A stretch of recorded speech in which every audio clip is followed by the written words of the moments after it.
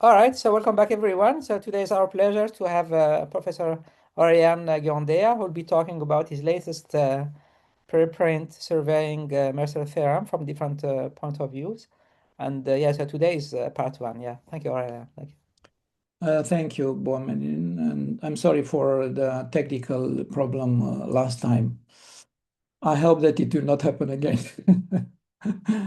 Okay, so okay, I will say it again. So this is the plan for today. I will talk first about Mercer's theorem and what do we expect to see. Why do we take this path? And today, actually, I'm going to talk about the basics for this, which is reproducing kernel Hilbert spaces, but presented from a certain point of view, which is probably not very a kind of presentation which is very much used.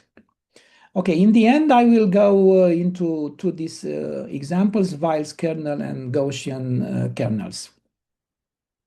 So the story started last year when in the seminar in the institute, we started to study this survey paper of Cooker and Smale, which is the Mathematical Foundations of Learning. You may say it's a rather old paper because in this domain the progress is very fast.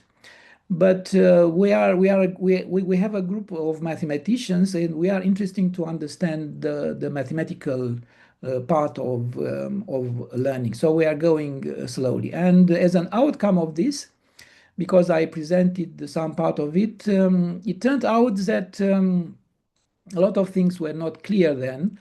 So I have written a survey paper which can be downloaded from archive.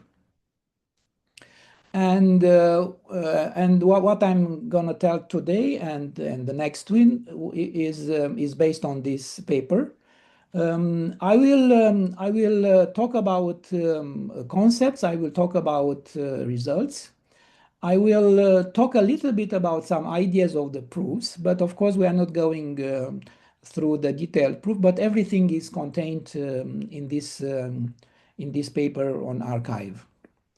So the story started more than 100 years ago with Hilbert and Schmidt. Okay, they didn't consider this general case. They were working on a compact interval or on an interval in the real line. The modern theory asks us to go a little bit higher, at a higher generality. So we start with a sigma finite measure space x mu, and with a kernel on X. Well, okay, what we actually mean by a kernel is a function defined on the Cartesian product of X times X. We can take it valued in C. We can take it real valued. There is a small difference between these two cases, but they consider it complex kernels. And they assumed that this kernel is square integrable on the Cartesian product. So this basically means that the square of the modulus of k of xy is integrable. And then from this assumption, one can define the integral operator Lk, which is an operator with symbol this kernel capital K. So we have exactly an integral operator with a kernel K. It can be proven that this is a bounded linear operator from L2 into itself.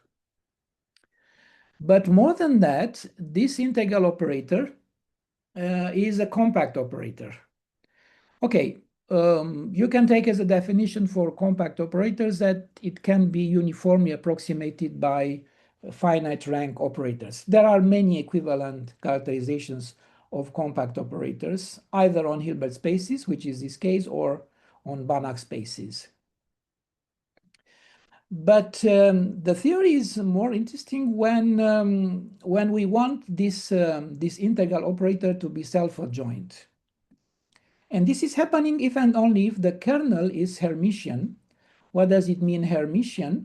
It means exactly that when you switch the variable x and y and you take the complex conjugate, you are getting exactly the operator, the kernel k of xy.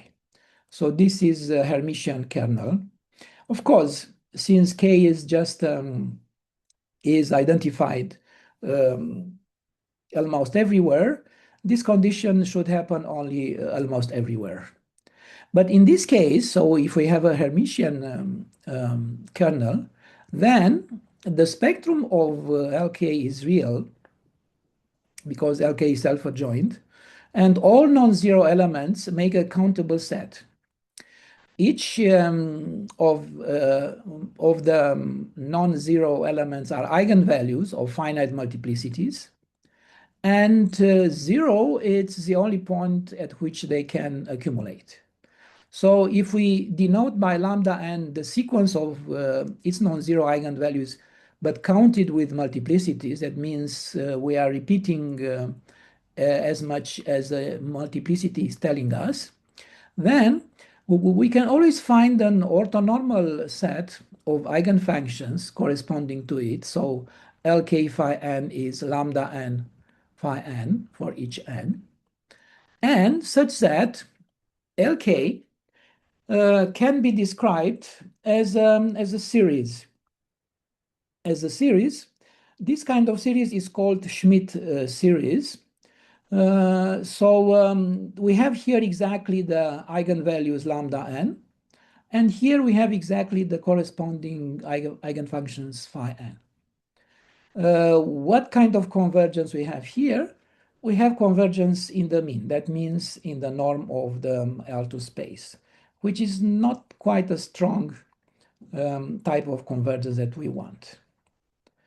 Okay, conversely, now assume that x mu is a sigma finite Borel measure on a locally compact space X. Let T be a compact linear operator on L2, which is not of finite rank. I want to exclude this case because then all the series actually are finite sums. So we have genuine series in this case. Let Sn be the sequence of eigenvalues of the absolute value part of T. So the absolute value part of T is the square root of the operator T star T, again counted with their multiplicity. And we assume that this sequence of eigenvalues of the modulus of T, which is actually called the sequence of singular values of T, is square summable. This is what later was called a Hilbert-Schmidt operator. And then the Hilbert-Schmidt theory tells that we can always find a kernel which is square integrable such that T is exactly the integral operator with symbol exactly K. But there is more than that.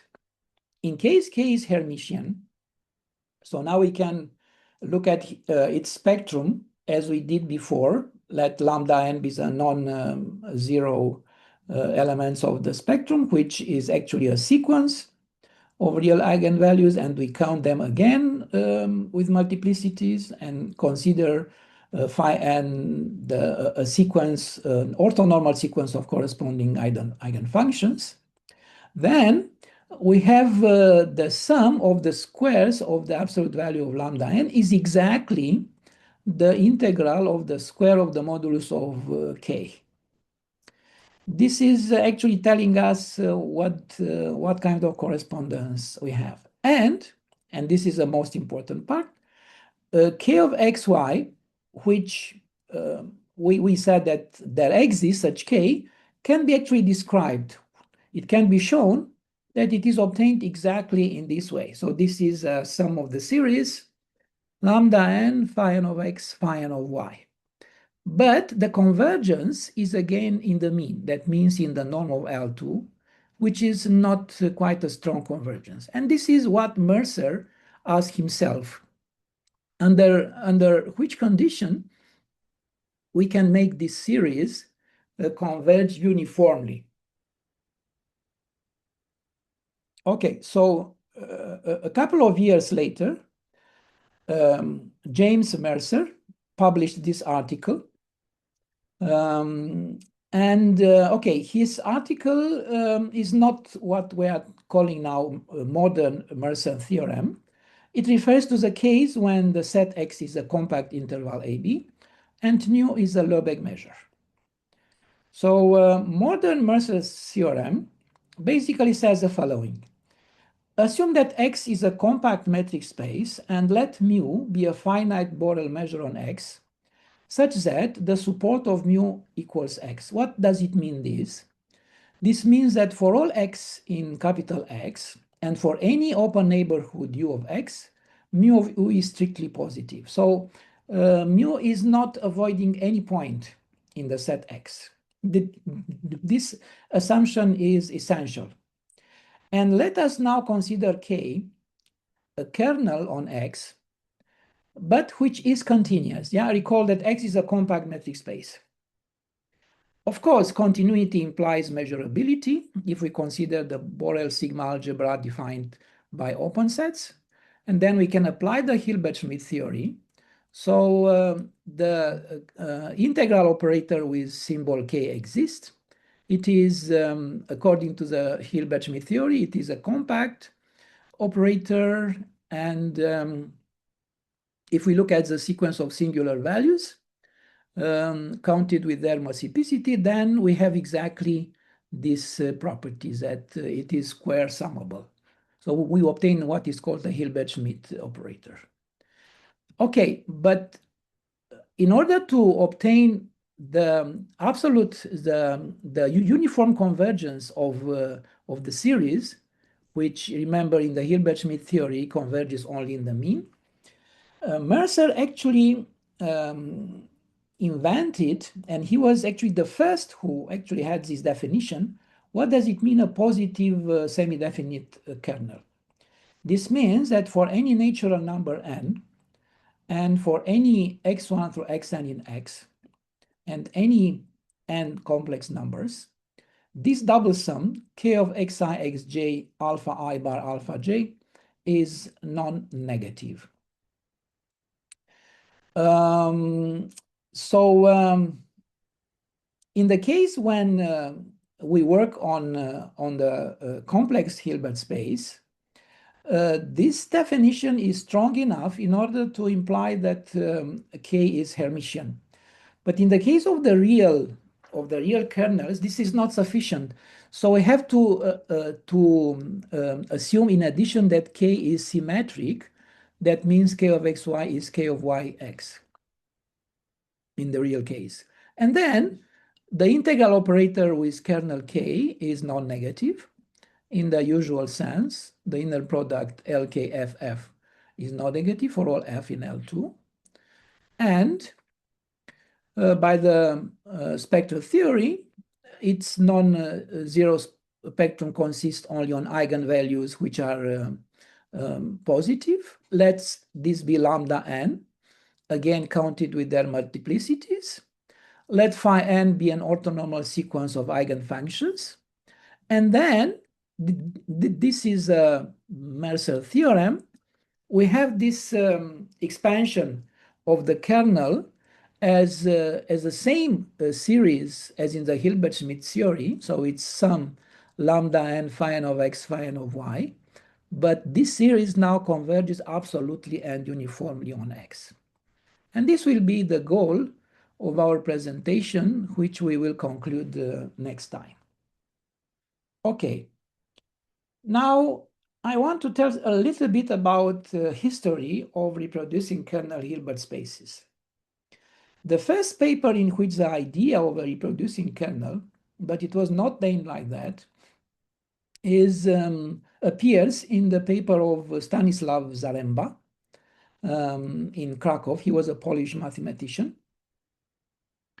And the first time when the definition of a positive semi-definite kernel was Mercer theorem, which, as you see, appears 2 years later. But Mercer did not any connection. He didn't see any connection between what Zaremba did and what he did. Then, except for a short note of E.H. Moore in 1916, for a long time these kernels were not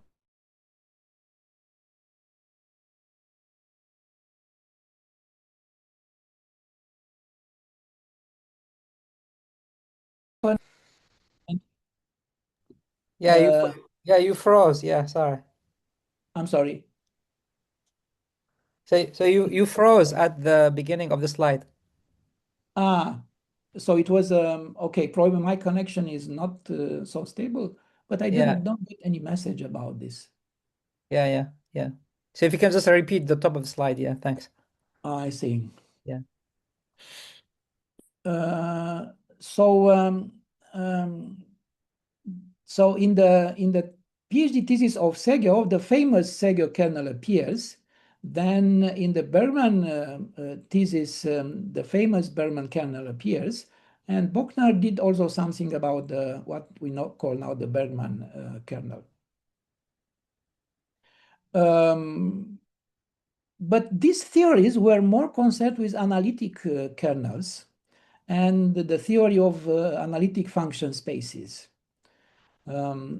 Okay, it was in 1935 when E.H. Moore, he has this general analysis, famous 2 parts in memoir, in which he examined these positive definite kernels and called them positive Hermitian matrices. And later, it was in 2 papers, 44 and 50 of Nachman Aronshine, he systematized this theory and put all these things in a rigorous and more abstract mathematical setting. And he is very cited for this. But something interesting happened afterwards.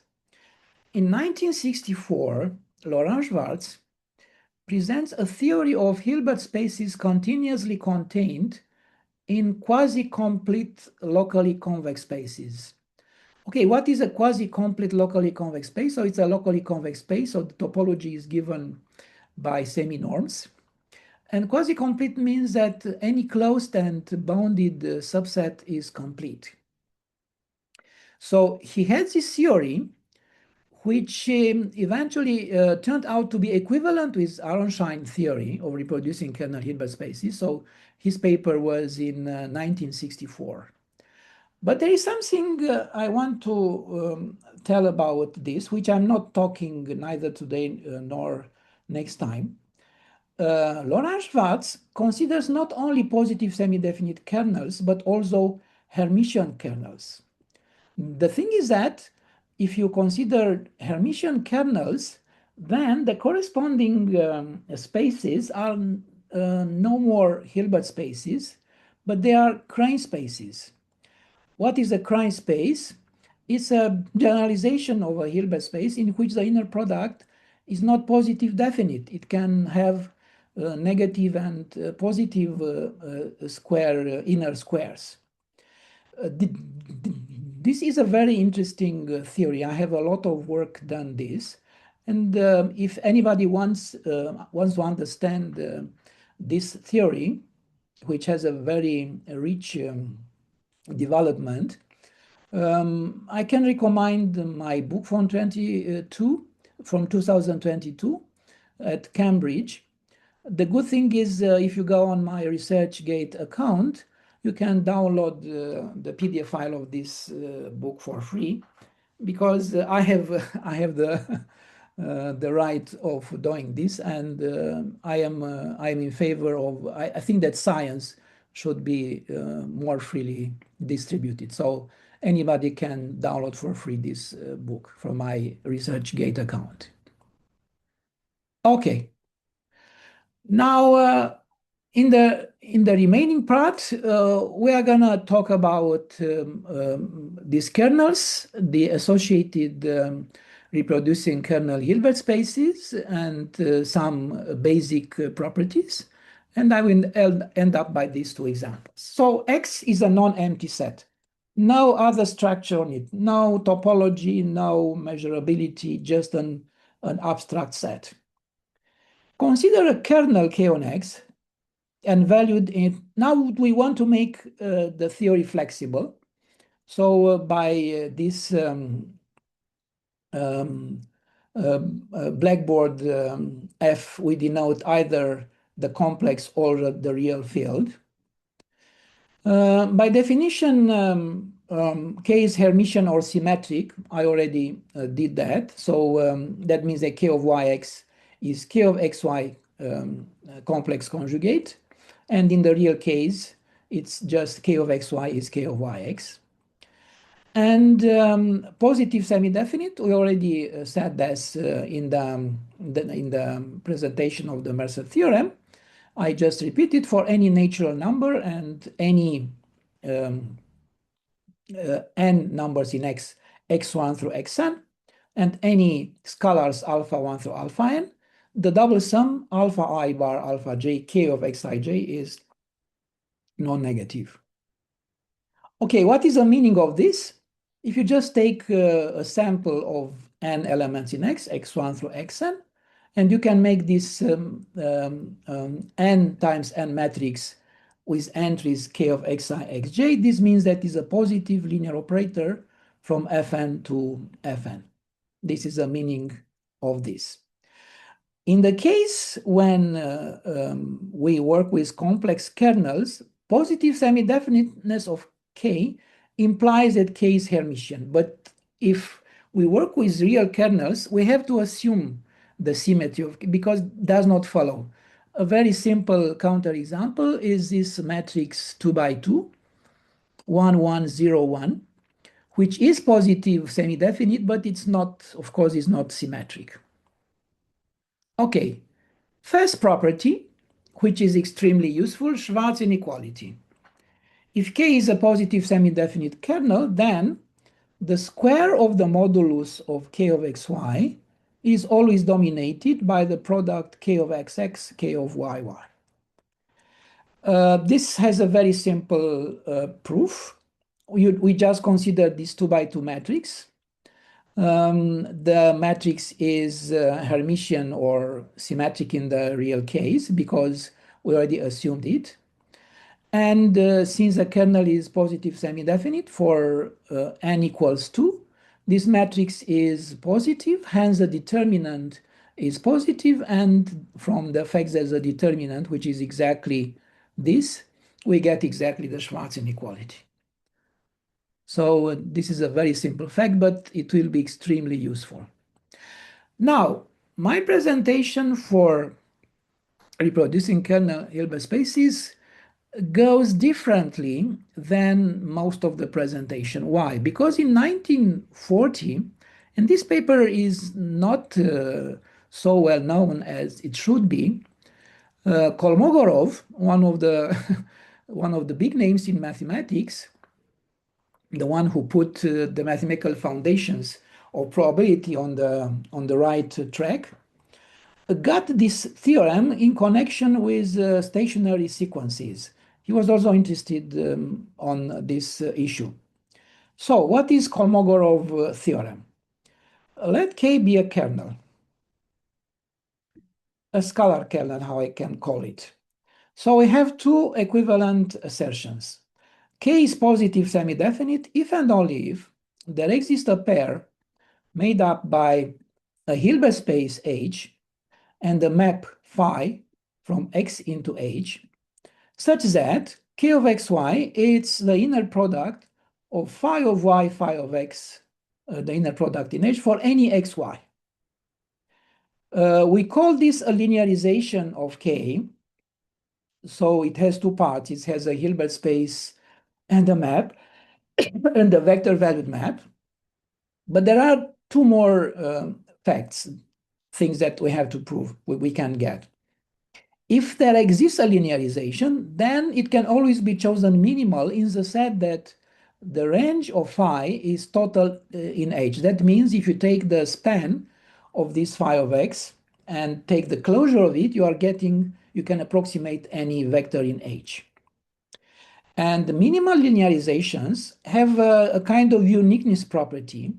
So if we have two minimal linearization of K, then we can always find the unitary operator from H1 in H2 such that U is mapping phi 1 into phi 2. So modulo unitary equivalence, minimal linearizations are unique. Okay, we call them linearizations, but they are seen under different names. Some people call them Kolmogorov decomposition. In the machine learning community, it is called a feature pair, in which the space is a feature space and the map is a feature map.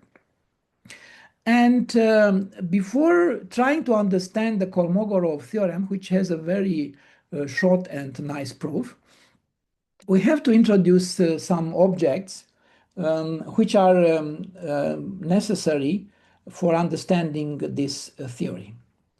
So let us consider the vector space of all the scalar functions defined on X and the subspace of the functions of on X which have finite support.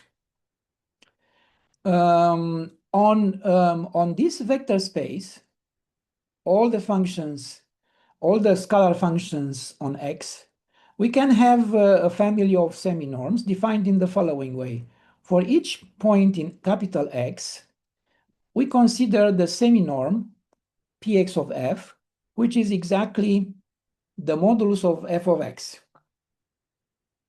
If we consider all these seminorms, we get a complete locally convex space structure, and the topology is nothing else than the topology of pointwise convergence.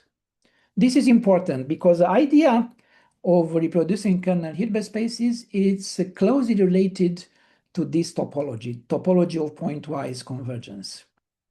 Now, the space of finite support functions on X has a linear basis made exactly by these functions delta X. On this vector space of finite support functions, one can define an inner product, which is a small L2 type inner product. However, this is an important observation. We are going to abuse this notation because if you look at the definition, in order for this sum to be finite, it is sufficient that only one of the function, either f or g, have finite support. The other can be arbitrary, and we're going to use this intensively. Okay, so once we have a kernel, we can define a convolution operator defined on this vector space of functions with finite support. Its range, it goes into the full space of all the functions. And this is defined in the following way. So CKF calculated at X is exactly the sum running over Y of K of XY F of Y. Of course, because F has finite support, this sum has only a finite number of non-zero terms, so there is no problem of convergence here. But now we need, and this will be an important notation that we are going to use all over. So we need these kernel functions. We do the following. We fix the second argument x and let the first one free. And then we are getting exactly a function defined on x and scalar valued. And the observation is that this convolution operator maps the basis of F0 exactly into the collection of all these kernel functions. This is actually a very important property which is explored in machine learning. Okay, with this notation, let us observe that we can rewrite the definition of the convolution operator as a linear combination of these kernel functions. And this means that the range of this convolution operator is exactly the span of these kernel functions. Okay, now the convolution operator contains a lot of information. It's actually almost all the information about of the kernel. So recall that we can define the adjoint kernel of k star of xy, which is the complex conjugate of k of yx. And then if we take this inner product ckf with g, this equals the inner product of f of ck star g. Here we are using that observation. You see, it is sufficient that one of the function has finite support in order to make this definition correct. The other may be a different function, but what is the meaning of that? The meaning is that the convolution operator associated to the adjoint kernel is like a formal adjoint of the operator ck. So we are interested in positive semi-definiteness. So k is positive semi-definite if and only if ck is a positive operator, in the sense that ckff inner product is always non-negative for any function with finite support. And this can be seen immediately.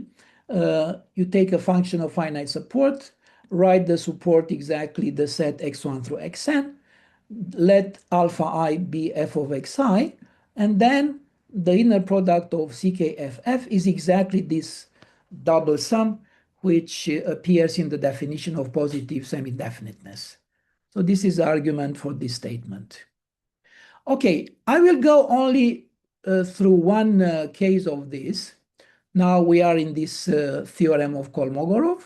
We want to prove that if k is positive semi-definite, then we can construct this pair, this linearization. So what do we do is the following. We define another inner product, fj sub k, which is given exactly by the convolution operator with respect to the zero inner product. And by the definition of the convolution operator, this is exactly the sum xy in x, k of xy, f of y, g of x bar. So now both functions are have finite support. So this sum is not scary at all, because actually it's a finite sum. This is a Preiner product. What it misses a definiteness. However, it is Hermitian or symmetric because k is in this y, and it is positive semi-definite because k is positive semi-definite. So in particular, the Schwarz inequality for this inner product holds, and then we can look for the null space of the convolution operator, and this can be characterized modulo the Schwarz inequality as the set of all functions of finite support with the properties that the inner square of f is, the k inner square of f is 0. So because this is the null space of a linear operator, it is a vector subspace, and as we most of the time do, we factor out by this subspace, and let pi be the canonical projection. Then this k inner product from here induces a positive definite inner product, which can be completed to a Hilbert space, and this will be the space H. Now, what is phi? Phi of x is exactly pi of delta x. Remember that delta x is exactly the basis of the vector space of all finite support functions.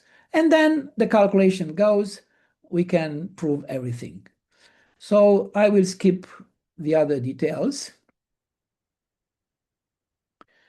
Okay, but from here, we can draw a useful conclusion. As we are going to see, reproducing kernel Hilbert spaces are difficult to calculate, I mean, to find all the elements and all the structure. We're going to use Kolmogorov decomposition exactly in order to produce reproducing kernel Hilbert spaces in a very gentle way. But this is actually associated to minimal linearization. What can we do if we have a linearization, HV, but which is not minimal? Okay, we have the following proposition. Any linearization, HV, of a kernel K contains a minimal linearization, let's call it H0V0, in the following, which is constructed in the following way. So H0 is the closure of the linear span of the range of V, and V0 is exactly V of x, but now considered with range in H0. Why? Because H0 by definition contains all the ranges of V of x. And in this way we get a minimal linearization. Okay, now we go into the main business, which is reproducing kernel Hilbert space. Again, X is a non-empty set. A set H is called a reproducing kernel Hilbert space on X if the following four conditions hold. So H is a vector subspace of this vector space of scalar functions defined on X. So the algebraic structure of H is inherited from here. There is an inner product on H with respect to which is a Hilbert space. So it's a complete inner product. And there exists a kernel K on X such that, if you remember, we have these functions, kernel function Kx as fixing the second variable x and leaving the first varying. All these functions Kx are contained in H. And the last one, which is somehow the most important, for every function f in H and each x in capital X, f of x, the evaluation of f at x, can be calculated as the inner product in H of the function f and this kernel function Kx. The property 4 is called the reproducing property of the kernel K. And this was actually the idea of Zaremba more than 100 years ago. Okay, now, what kind of basic properties we can get for reproducing kernel Hilbert spaces? With all this structure, the kernel K of xy can be calculated as an inner product in H of this kernel function ky kx. But note that the place of x and y are swept. This kernel K associated to a reproducing kernel Hilbert space is always Hermitian, symmetric, and positive semi-definite. The collection of all the kernel function is a total set in H. So the span of these functions is dense in H. And more than that, K is uniquely associated to H. So if you have a reproducing kernel Hilbert space, its kernel is unique. I'm not going through this because they are very simple exercises. But we want to talk about this corollary, which is important. The connection between reproducing kernel Hilbert spaces and minimal linearization. So if H is a reproducing kernel Hilbert space with reproducing kernel K, then the pair, which is made up by the Hilbert space itself and this function, so this plays the role of the function V, where K dot is a map X goes into the function Kx. Remember that this is a function in H, is a minimal linearization. Where is this coming from? Remember that from the previous proposition, we have just proven, I mean, it was proven there, it follows from there that k of xy is exactly the inner product ky kx. And this is exactly in the definition of linearization. We also, from the proposition, we all know that the collection of all this map kx is total, so this linearization is minimal. What is the advantage of the reproducing kernel Hilbert spaces with respect to linearization? Linearizations are more abstract objects. They are much easier to construct, but reproducing kernel Hilbert spaces are spaces of functions, functions defined on the set X. And this is very important. The linearizations can be any abstract Hilbert space. Okay, but we want other equivalent characterizations, simpler because the definition is quite involved, of reproducing kernel Hilbert space. So let us fix X a non-empty set. Consider the vector space of all the scalar functions on X. And let's consider H a Hilbert space included in this function space as a vector space with all the algebraic structure inherited from there. Then we have three equivalent assertions. H is a reproducing kernel Hilbert space on X if and only if the inclusion of H into this, remember that we put a locally convex topology on this vector space of functions. This inclusion is continuous. So the topology of H, which is coming from the inner product, is stronger than the pointwise convergence. Okay, another way of expressing this is that for every x in capital X, the evaluation functional at X, which is defined from H into F by the evaluation at X of H is exactly H of X is continuous. Is continuous in the topology of H, yeah, and this is equivalent with this continuous inclusion. Okay, I'm not going through this. It's quite standard. Now,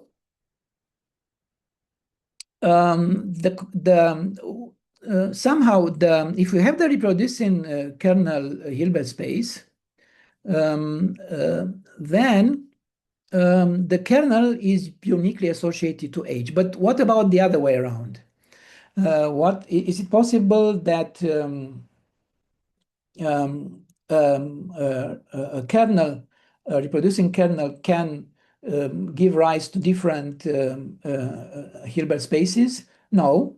If the Hilbert space, the reproducing kernel Hilbert space, is uniquely determined by K. In the proof of this, the previous proposition is very important because this inclusion of H into this complete locally convex space of pointwise convergence is continuous. So I'm not going through the details of this, but the idea is exactly to use that thing. Now, what about the dimension of reproducing Hilbert spaces? I mean, the Hilbert space dimension. Okay, it can be as large as you can imagine. So let's take a very simple example. Take X an arbitrary non-empty set and consider this small L2 of X, which are all the functions f defined on X scalar valued with the property that the square of the modulus of f is summable. So because X is an arbitrary set, the meaning is of this is in the sense of summability. And then for functions f and j in this space, we can define the inner product, which is a small L2 type inner product and a norm. And with respect to this, it is classical. It is quite an exercise to see that it is a Hilbert space, and then the functions delta x make an orthonormal basis of H. In particular, the Hilbert space dimension of X is a cardinal of X. So X is an arbitrary set. So there is no upper bound for Hilbert space dimension of reproducing kernel Hilbert spaces. However, in the cases which we are going to be interested, and especially the Mercer theorem, in that case, the underlying reproducing kernel Hilbert space will be separable. So the orthonormal basis will be a sequence, and this actually will be extremely helpful. For that example, the kernel is what we call the identity kernel. So if k of x y is 1 if x equals 1 and 0 if x is different of y. And of course, in this case, the kernel functions are exactly the delta function. But this example can be a little bit misleading. In general, for a reproducing kernel Hilbert space, the kernel function kx are not linearly independent. There may be a lot of redundant information there, and this is actually one of the strong points of this theory. We are not like in the Fourier analysis, where if you change just a little bit, the information is lost. This kernel functions contains all the information, and if there is something bad, we can recover an error. Okay, now what is a connection between reproducing kernel Hilbert spaces and orthonormal basis? This theorem is very nice. So consider H a reproducing kernel Hilbert space on X, and let EJ be an arbitrary orthonormal basis of H. We know from the general theory that any Hilbert space has an orthonormal basis. But what is nice is that by taking the sum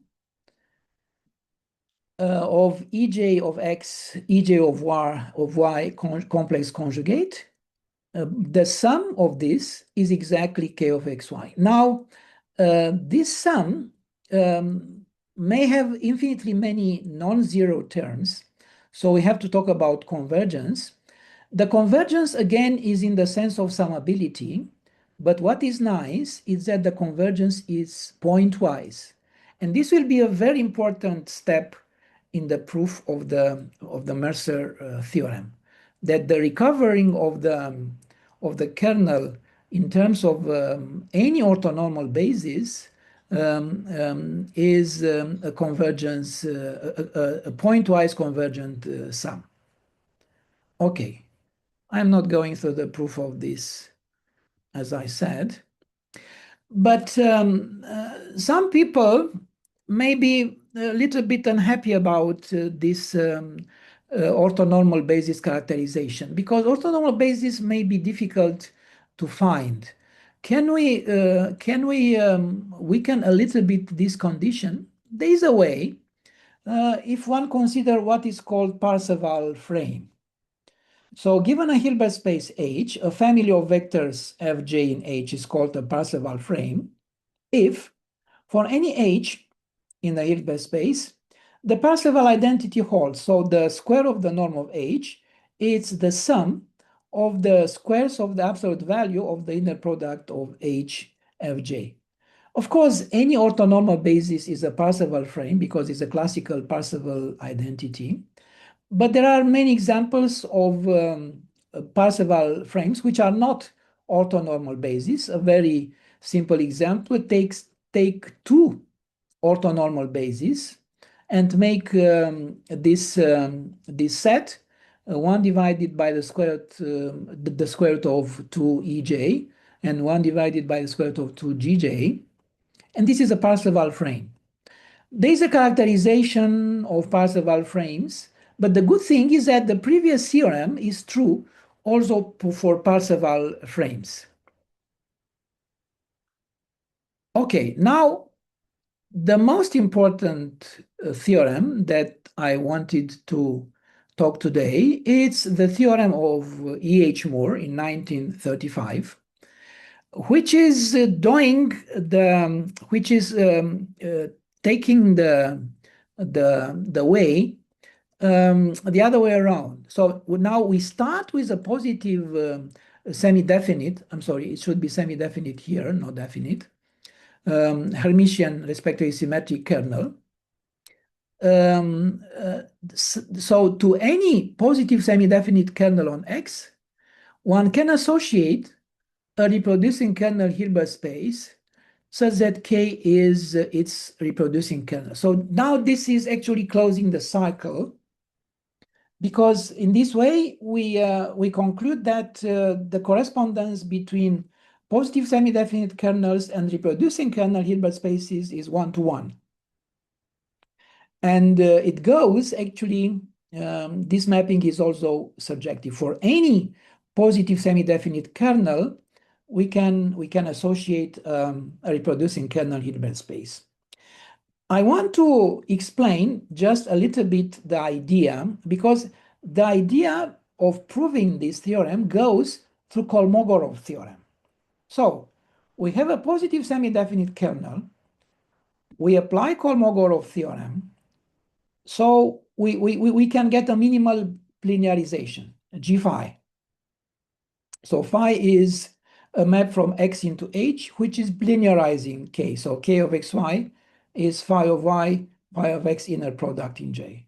And then we consider this map from the Hilbert space G into this vector space of functions, which is doing the following. To any vector G, it associates the inner product in G of the function G with this function phi of dot, yeah? Remember that phi is a function defined on X and vector valued. So it makes perfectly sense here, yeah? And this U actually, so what is doing this U is mapping the Hilbert space into a subspace of this space space of functions. And this is exactly what we are going to do in this way. We transport the Hilbert space structure from G onto the range of this linear operator U. It's very easy to see that this is a linear operator. So then, and that range space endowed exactly with the Hilbert structure from this Hilbert space will be exactly the reproducing kernel Hilbert space. So this is the idea, and it's very easy. Everything, the rest is just verification, which I'm not going through this. So, but I want to have a remark, because the classical proof of theorem goes differently and is much, much longer and technically complicated. Why? Because the original idea goes in the following way. We start with a positive semi-definite kernel K, and in order to construct the reproducing kernel HK, we have only the vector space generated by this kernel function Kx. We know that all these kernel functions should belong to H, to the spec. And then how we can define the inner product on this vector space. This is a right definition, but you have to show that it is correct. Why you have to show that it is correct? Remember that the kernel functions are not linearly independent. So in case you have such a definition and your linear combination is not unique, then you may get into trouble with the definition. So first one has to prove that this is a correct definition. Then one has to prove that this is indeed an inner product, including the fact that it's positive definite, which is again not a very trivial fact. And finally, we can complete this inner product space S with respect to the norm associated to this inner product, but there is a problem. We have to show that this completion can be done inside this vector space of function on X, because we don't want an abstract completion. We want a completion which consists only on functions on X. And this is another complication that we can face if we go in this way. So the proof with Kolmogorov theorem, it's a shortcut, and it's a really very nice proof. Okay, now here we have more structure. We are gonna get more on this. So if X is a non-empty set, let us consider the collection of all the scalar kernels of X. Let us consider, okay, of course, this is a vector space. It's very easy to see. Let us look for the Hermitian kernels on X. This is a real vector space. And let us look for the positive semi-definite kernels. This set of positive semi-definite kernels is actually a convex cone which is closed with respect to the topology of pointwise convergence in this locally convex space of functions. So here we have a very nice structure, and you know that once you have a convex cone, one can define an order, so we can play with order and all these kind of things. Why I'm telling this? Because once you have this fact, we can define an order for Hermitian kernels. So we say that two Hermitian kernels are in this relation K is dominated by L if the kernel L minus K is positive semi-definite, which we write by L minus K is larger or equal than 0. In particular, K positive definite means K is larger or equal than 0.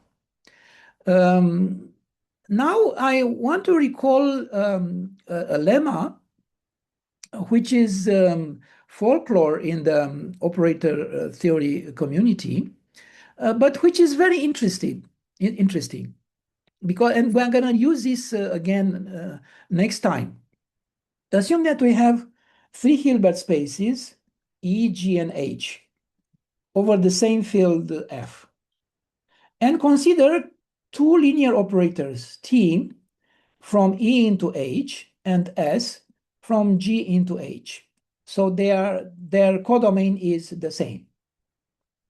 Now I have three equivalent assertions. The first is we have an inclusion of the ranges. The range of T is included in the range of S. The second assertion says that we have a domination. So for some positive alpha, TT star is dominated by alpha SS star. And the third one is also very interesting. T can be factored by S, so T is SF. Why this lemma is so important is that, you see, each of these assertions has a completely different flavor. This is just a range inclusion. This condition is a boundedness condition, while this condition is a factorization condition. So all these conditions are equivalent, and actually here somehow stands in a way the idea of reproducing kernel Hilbert spaces. It is not in my goal to go into explaining all the ideas behind the theory. I'm just taking some small paths inside of it, but this lemma is extremely useful. There is a consequence of it when you want to talk about equality.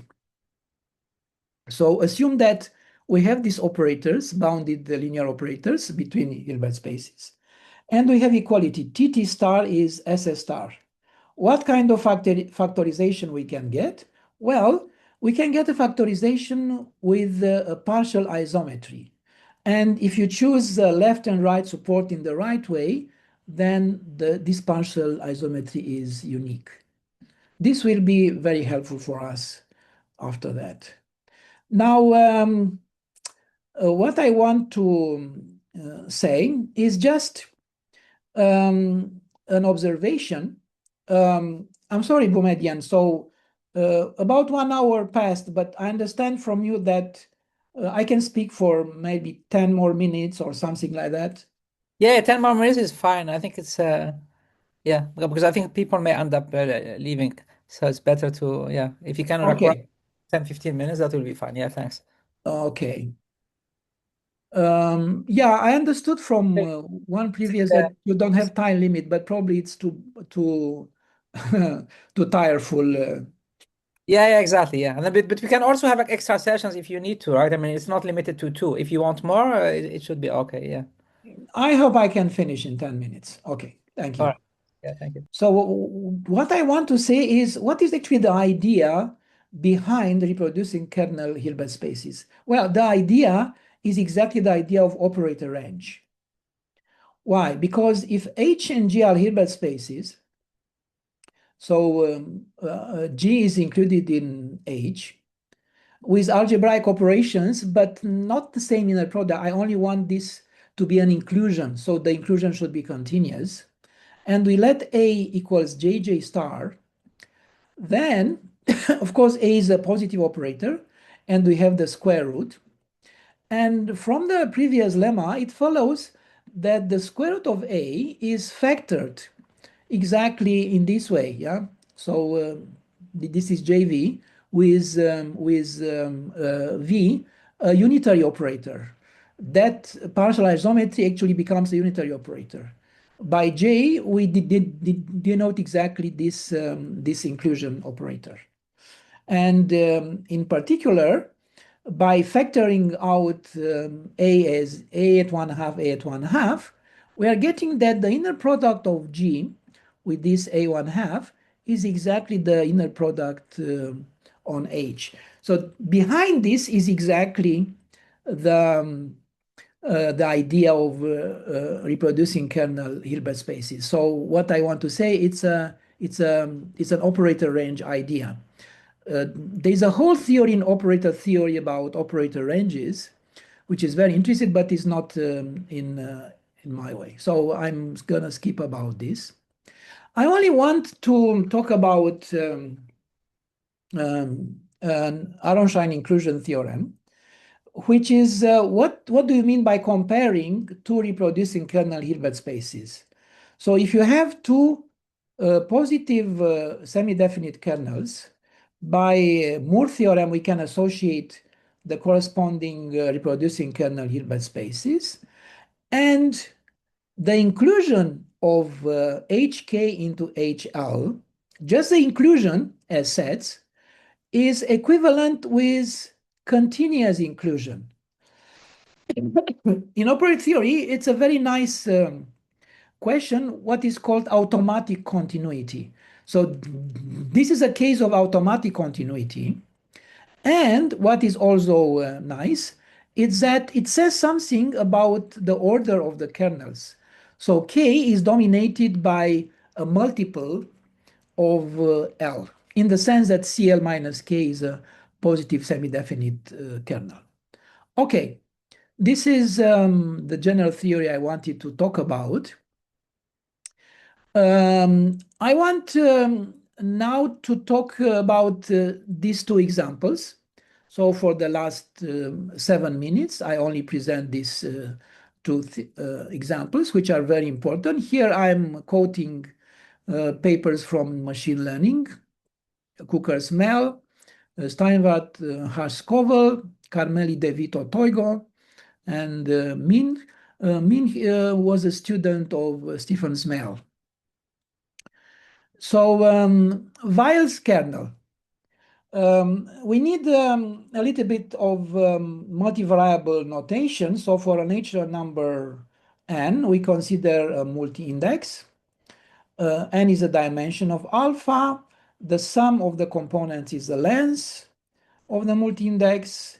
The factorial is a product of the factorial as usually. And if x is a vector in Rn, x to the alpha is a scalar, which is a product of x1 through alpha 1 through xn through alpha n. And then we have the inner product in Rn and the norm. We also need the multinomial coefficients. These are, okay, here I'm using two notation. Boumediene, I don't know how you did it because you are more influenced by French culture. I did it in this way. So this is a French notation, and this is an Anglo-Saxon notation with I combinations. started switching. I started like you. I started with the left, then I moved to the right. Yeah, I had to do the same. So it appears in the multinomial theorem. So if you want to expand to calculate the polynomial x1 plus x2 through xn at t, we are getting exactly this sum in which we are having exactly these multinomial coefficients. Okay, what is Weil's theorem? Weil's theorem is Weil's kernel. Sorry, it's a kernel in the Euclidean space. D is a natural number, so it's just the power D of the inner product of x and y. And if you apply the multinomial coefficients, you are getting exactly this expression. Okay, and then what can be proven is that Weil's kernel is positive semi-definite. We can calculate its reproducing kernel Hilbert space by Moore theorem to any positive semi-definite in a product. It corresponds uniquely reproducing kernel Hilbert space. And this can be characterized, can be described exactly in this way. Yeah? So, and here the dimension is finite.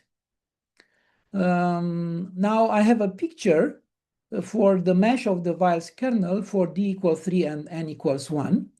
Why this picture is important? If you remember the Schwarz inequality, somehow the Schwarz inequality tells us that for a positive semi-definite kernel, the diagonal is dominant. You see, the diagonal is exactly this diagonal from here, and it somehow dominates all the other values.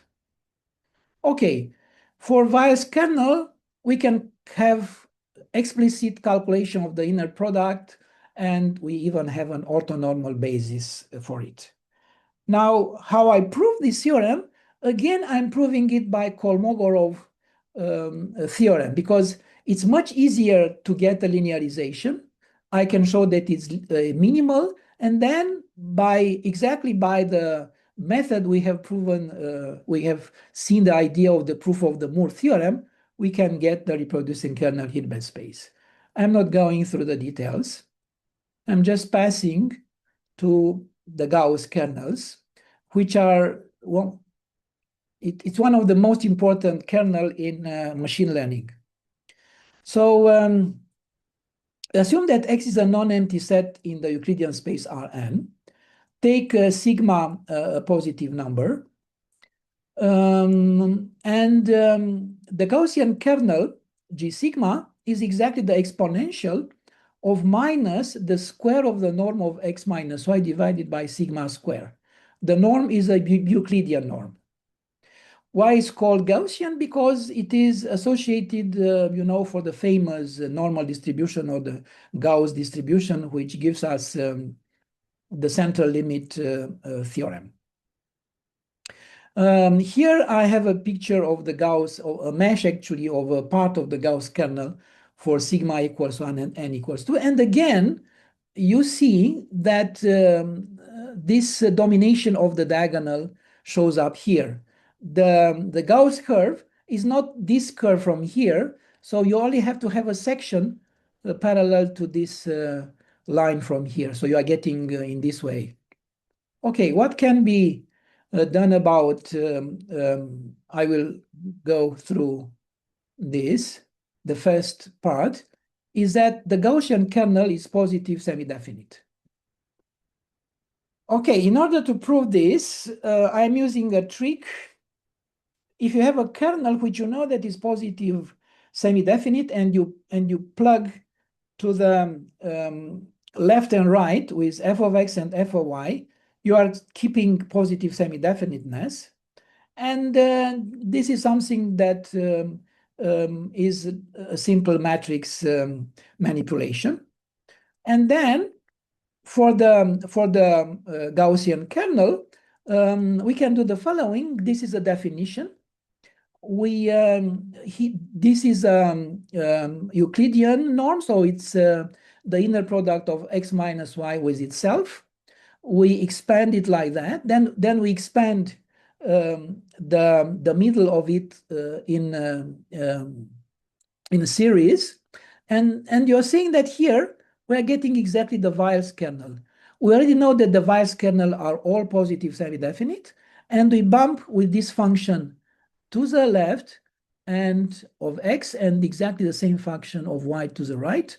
We apply the previous observation. So the whole term is positive semi-definite, and then we have just a summation, and we know that the collection of all the positive semi-definite kernels is a convex cone, and it is close to pointwise convergence. So in this way, we get that G sigma is positive semi-definite.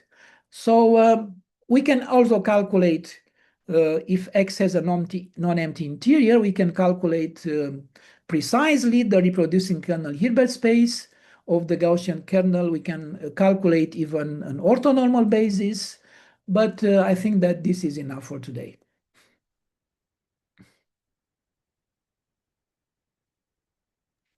Yeah, okay, yeah, thank you very much. Any questions or comments?